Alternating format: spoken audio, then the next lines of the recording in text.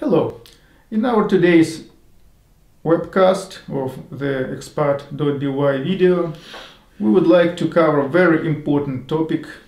We would call it the survival guide. Just very basics about coming to Belarus and how to behave here. Just very basics so that you would be aware what to expect and how to behave. I'm Vladimir, and with me as always Serge. Thanks. And we will begin from the very beginning, so to say, how to get to Belarus. There are several ways. So the air, railroads, and the regular roads, going to Belarus by car. By car, yeah. So beginning with air, the most simple. Simple and popular. And popular, yes. Minsk airport is working now. It's after renovation. Yeah. Much better. You'll be surprised how unpopulated this airport is. Very few passengers there. But in general, just a regular airport. So we'll cover this first topic of the airport. So from any airport in the world, so they fly here? For example, if you want to compare Minsk's airport with different airports in Europe, it's close to the same, just I can say. But at the same time, there are a couple of difference between them, because first of all, this is toilets. Sometimes it's really hard to find toilet in Minsk airport. Well, the topic of toilets will be separate. It's, in general, we'll talk about it. But I mean, to get to the airport, so you just take a flight. There are different connected flights or direct flights. So with the airport, it's quite simple. So when you get to the airport, the second second step, just there is you're gonna outside of airport, just you gotta find. No, I mean you go to the custom office and then you have to fill in. I've seen the foreigners fill in some papers. Yeah, certainly. Just first of all, just you gotta get through the line of custom examination. Yes. Just first of all, just passport control. Passport control, just borderline, and if it's for example, you got some problems, just don't worry, you gotta go back. You cannot come to Minsk. And after that, just second line, this is custom examination. And I don't know, just now I think it's simple to get through this line, because everyone knows if you got less than 10,000 American dollars. So just it's simple. Custom rules are quite simple. There is green corridor and just green way. That's it. Just less than 10,000. More than $10,000, you gotta go just to there. Well, there are some items you have to declare. Like I don't know. They're listed there. Some jewelry. You can find everywhere. Just very expensive jewelries and very expensive some. Just things. For example. If you're a musician, for example, and you're gonna just with a violin, something like that, and it's very expensive. So you gotta, for example, insure this and to fill in some papers for customer examination. Yeah, some valuable things better to maybe declare that when you take them out. You would have no problems with that. Or for example, you got very expensive watch, Rolex or Patek Philippe, some for price about more than $10,000. Certainly you gotta just declare this. Usually they are more lenient toward foreigners, but who knows? But in this case it's not as problematic.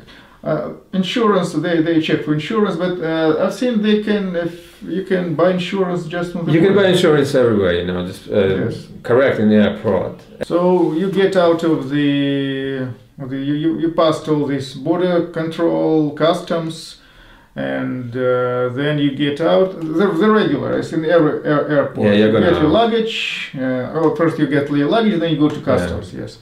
And then you go out. So you find yourself outside. So if you're going outside, just you got two choices. For example, how you're going to get to the center city in Minsk, the hotel. Just you can get to the hotel or somewhere else by car or by bus. Just So taxi. oh, sorry, just and one way more. This is in the left side of airport is section 5 or 6 as well. You know, just you can find 2 offices for rent a car. Rent a car. Okay. Yeah, so there's 3 ways. It's not expensive. In Minsk, this is, I suppose, from 25 euros per one day to 250 euros Some for luxurious car. yeah, yeah, just for VIP persons. Yes, yes. Yeah, it's so taxi. We already discussed taxi topic. We won't cover it now. So there is a bus also.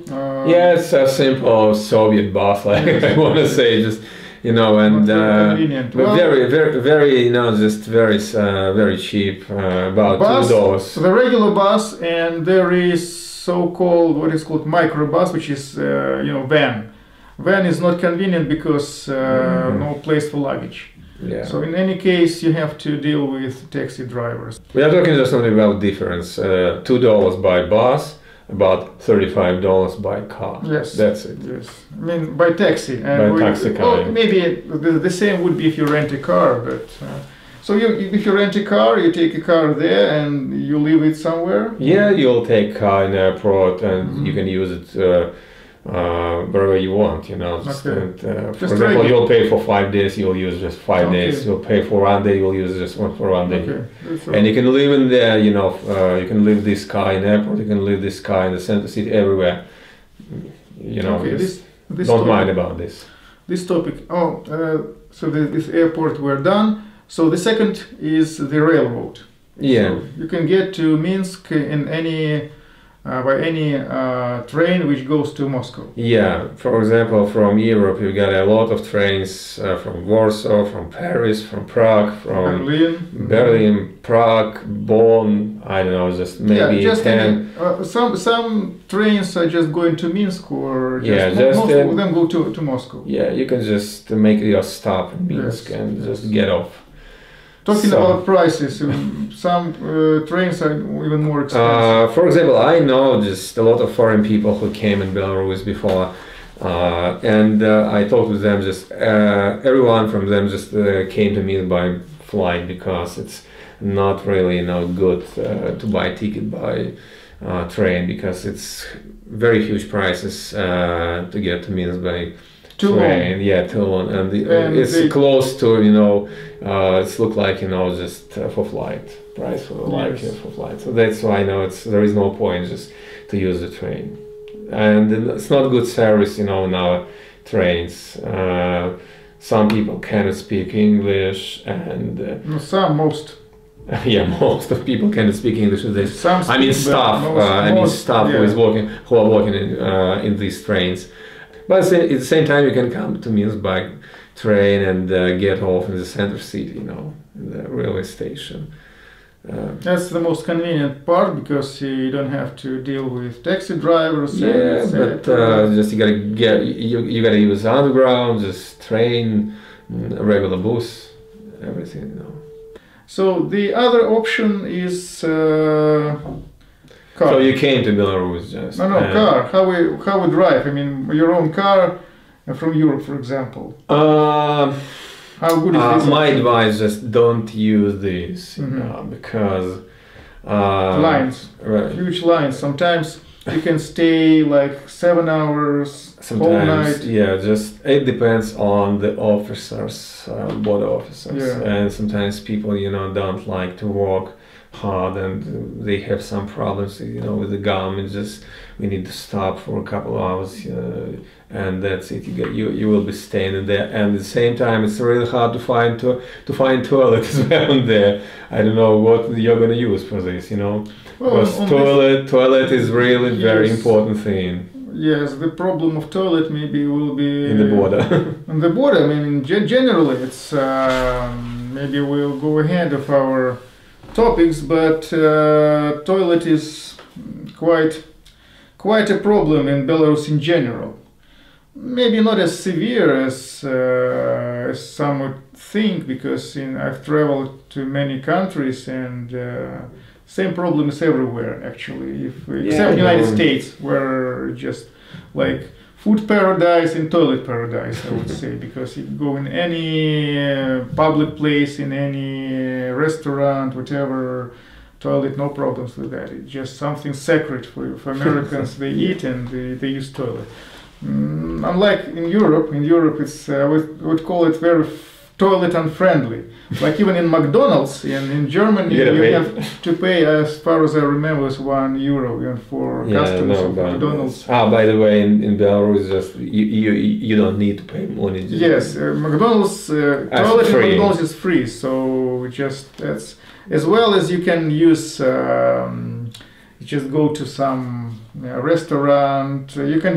Well, it's maybe impolite just go to the toilet. So sometimes it's very good if you're going to buy, for example, just a cup of tea.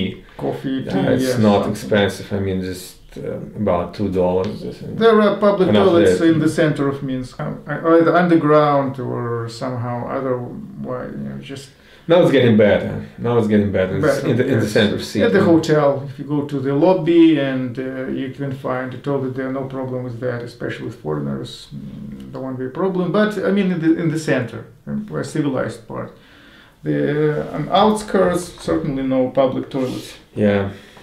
So in this case, nature might help you, but be aware that it's punishable by fine if police gets you or something. So just you will pay a big ticket. That's some fine. Well, I mean, this is about $15, for example. Okay. So just this topic is what you have to be aware of toilet problem, because especially those who drink beer or some other liquids, so that's or with some problems with that. So for those who are not sure about themselves, so take a diaper. So it will be you'll be more sure about it. And the more important thing, just let's talk about English. Oh yes, of course, communication. I mean, communication. First thing which you will encounter, problem of English. Nobody speaks English here. Just not really nobody, but majority. I mean, it's like 99%. If 99% of all Belarusian people kind of speak English. Yes, certainly.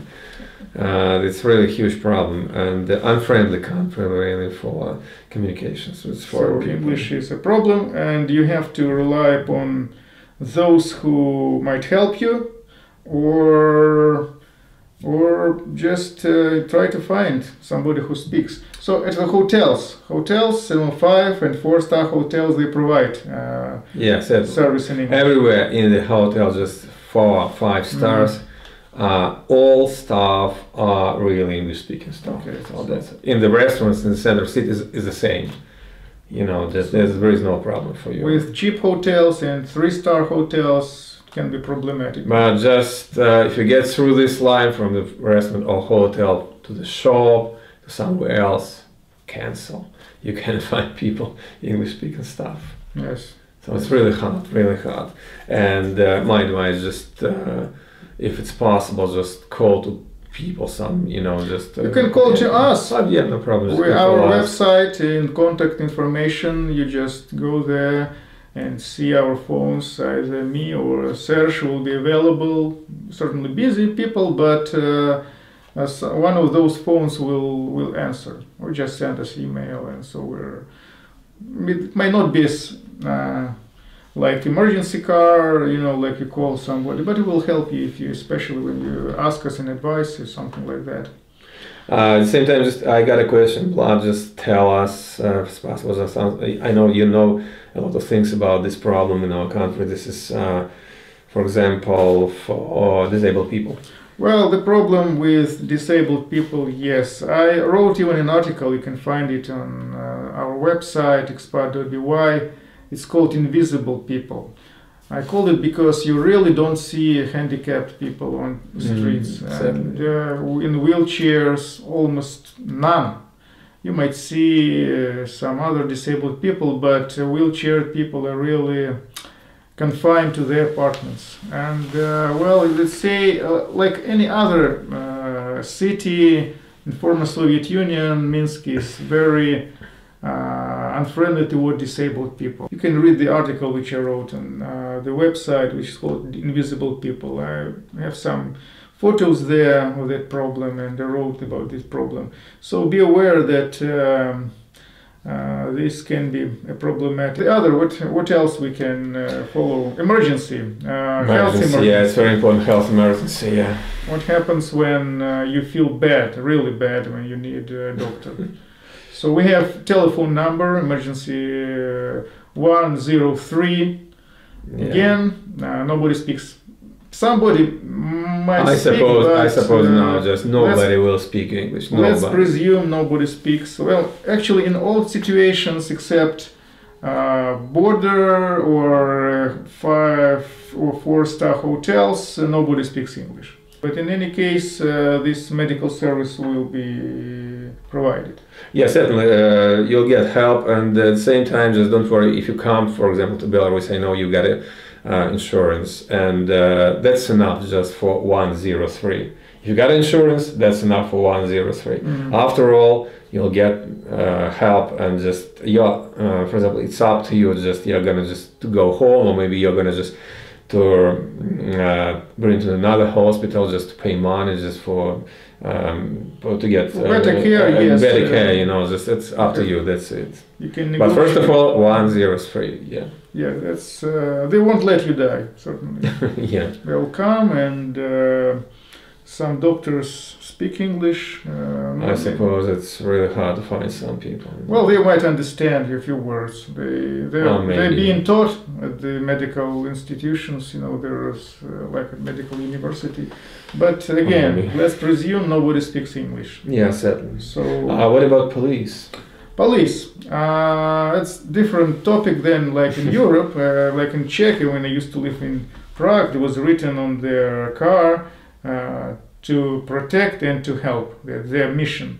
Here they protect, yes, but as for help, let's again by default presume. It's subject for discussion. Yeah. Yes. about. Well. Since they don't speak English, they can't help English. You. That's the main reason. That's what I mean. Because in Prague, as far as I remember, they poorly speak, but at least they have some maybe experience. I don't know.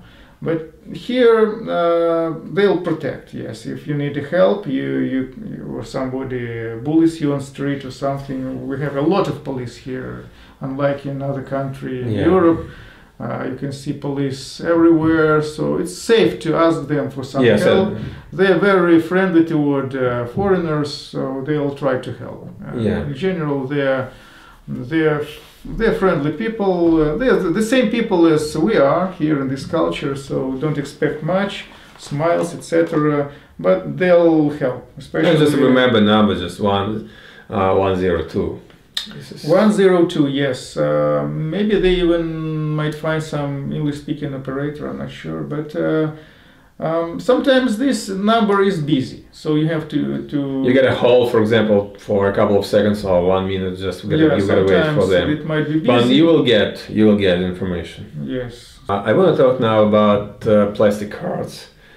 How we can pay. Well, unlike Russia, Belarus is very, very advanced in this. Yeah, certainly. You can use plastic cards efficiently everywhere, even in outside Minsk, even in everywhere. In every shop. Yeah. Yes, in Minsk, you won't be able to use plastic cards. Maybe only in places they called trade centers, but they are consisted of like private booths, so they take cash. But in every major shop or restaurants. I don't even know where you can find a restaurant where cinema everywhere. You know, everywhere. I mean, just they take international cards of Visa and MasterCard everywhere. I'm not sure about such things like diners or American Express, but Visa and MasterCard, they are accepted universally here. So you just can rely, you have ATM to withdraw money. In very rare cases, you might need cash. So in some cases, yes, like in some small shops or taxi, that certainly is the case. But don't be afraid with your cards, and no fraud. Don't be don't worry about the safety of your cards. Maybe we wanted to talk about just this subject about and some unusual people who came to Belarus. Okay. There was question about how serious question. Yeah, I know. How Just Minsk for is Europe. friendly toward gays. Well, let's say this culture is not friendly toward gay people. It's just Orthodox culture, Russian Orthodox Church. Catholics also are quite Orthodox here. So this might dominate it here, you know. Yes, it's just cultural thing, like in Russia, not as severe as in Russia. But you can find aggression. No, you can Yes, find aggression. you won't be here. bullied. People would look like something like straight, but I mean there are no special facilities for gays, you're right. like bars or. No, you can So find. There are no if you publicly show this, nobody would bite you or beat you or whatever. No. Or bully you. No, that's safe. Just it will be quite strange for people, but it's safe. But no special facilities in this case. Oh, good. Very good. So it's safe, but nothing special. The other thing is what we plan to talk about. Entertainment, or it will be later. Entertainment. Minsk is quite boring city, let's say. Boring for us, I know, just for another people, but no, I suppose it's boring. For example, for me it's boring city. At least, okay, 3 exhibitions. Yes. 10, 15 restaurants, not more, just most where you can get good, for example, food and service, and no one else, I don't know, just maybe... Parks are boring, I mean, no special attractions. So there is a zoo. Yeah. Nothing special there. So you see, we're very far, almost the outskirts of Minsk, so nothing special there.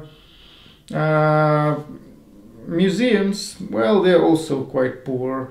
The only cool place where you have, for those, again, those who like that kind of entertainment, is called Stalin's line of defense. So oh yeah, it's interesting. It's outside the city, and I suppose we have a special article in our site, no? Not yet, but we're going to do this. We're going to do this. Maybe it's interesting, really interesting. Yes, but if you just Google it for Minsk, you'll find Stalin's line of defense. You'll find it there. There's interesting. Great exhibition of Soviet military might, let's say, tanks, cars, cannons, and I heard just missiles, one tank is working here. And yes, I heard recently they have, you can take a ride on a T-34. Oh my god, that's history. Famous,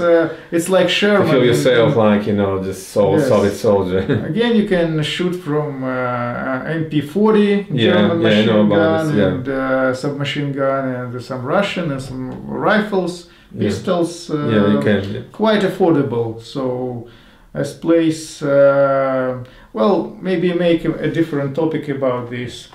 There are some again museums, what is called under the open. Let's call it folk museums. It's like a village, but again, it's outside the city. As for the city itself, what clubs, nightclubs? There may be 5, 6 clubs. Where you can find, for example, European service or American service, and street girls, good barmen, a lot of young people. Nice. Well, again, everything goes tonight life. It will be girls and booze. Yeah, that's it. That's it. Yeah, exactly. For those who like more cultural, we have good opera and ballet. Yeah, and I know today it's not cheap, you know, I know, but... Yeah, well, that's not cheap, but quite good quality, I mean... Not too bad. It's about, for example, for comparing, if you're going to Bolshoi in Moscow, it's about $300 American per one ticket. And in Minsk, about $45-50 per one ticket, if you're going to sit close to the stage. But somewhere else, you know, just not too close, about $30. Of course, cinema will be in Russian. Even Hollywood movies, they don't practice here. Not interested. Subtitling, so they just translate everything. And so entertaining, you have to find for yourself. So the topic of food, we can eat and drink, whatever. So there are restaurants as one option. Fast food. What about fast food? McDonald's. McDonald's is correct, very good restaurants, Yes. because they have common standards, American standards, so you can get good food with good quality. So in Minsk we have like 5 or more, even 6. 6. Today there are 6 restaurants in Minsk, and we are talking about another restaurants. Again, just I will back to this problem.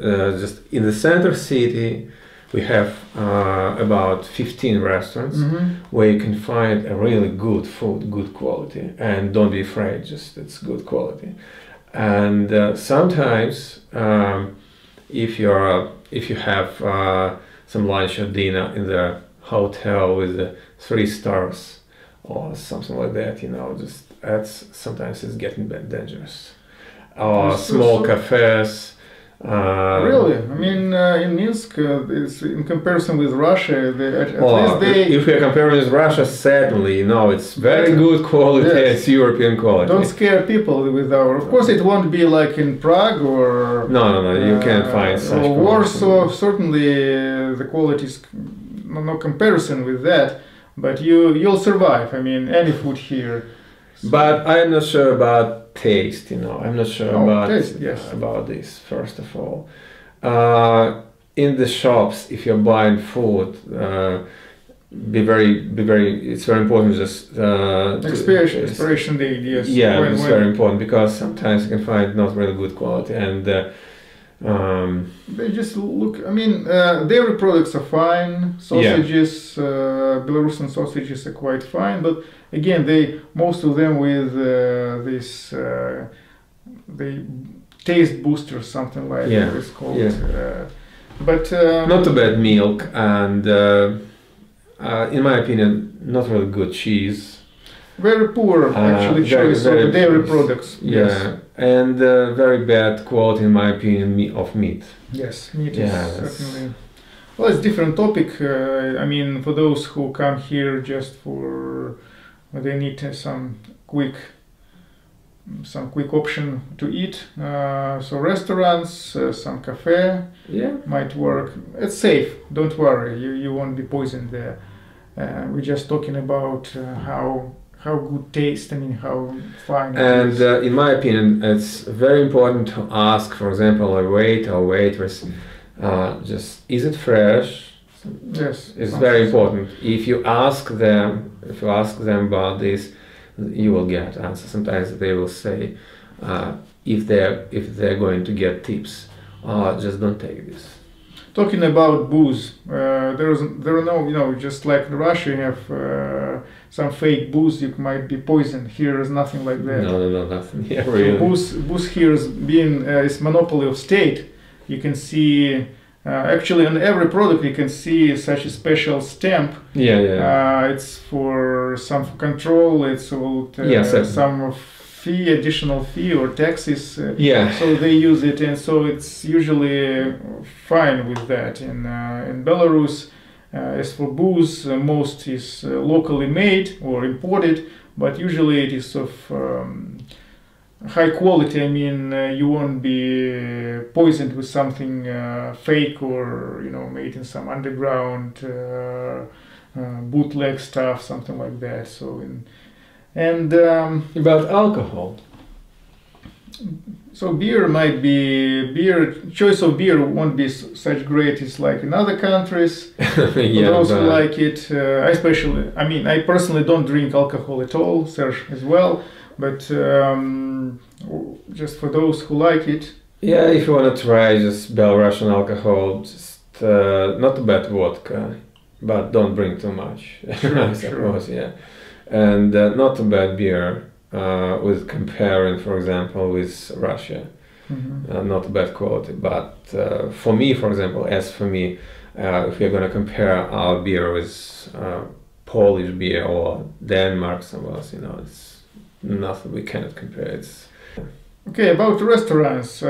Shall people tip waitresses? Normally, if you like service, if you like people, if you like food, just normally to leave, for example, for about 8 or 10%. But that's all not price. mandatory. Yeah, it's not. But tips are not included. If it's your desire. If you like service, if you like that person who served you, so you can. So you can pay, tip. but if you don't want, just don't pay. There's nothing, no special rule about it. Yeah, and barbershop is the same. You know, if you want, you can pay just about 10%. Mm-hmm. That's it. So for now, we will finish this topic. We will continue. Certainly, we'll continue this. This survival guide, maybe as addition to it, or we'll divide it into special topics like we did with taxi, with real estate, etc. So in any case, if you have some problems, so you need help or you have to be sure about it, just call us and contact us, and we will help you. We'll do the best. Okay, see you. Thank you very much. See you.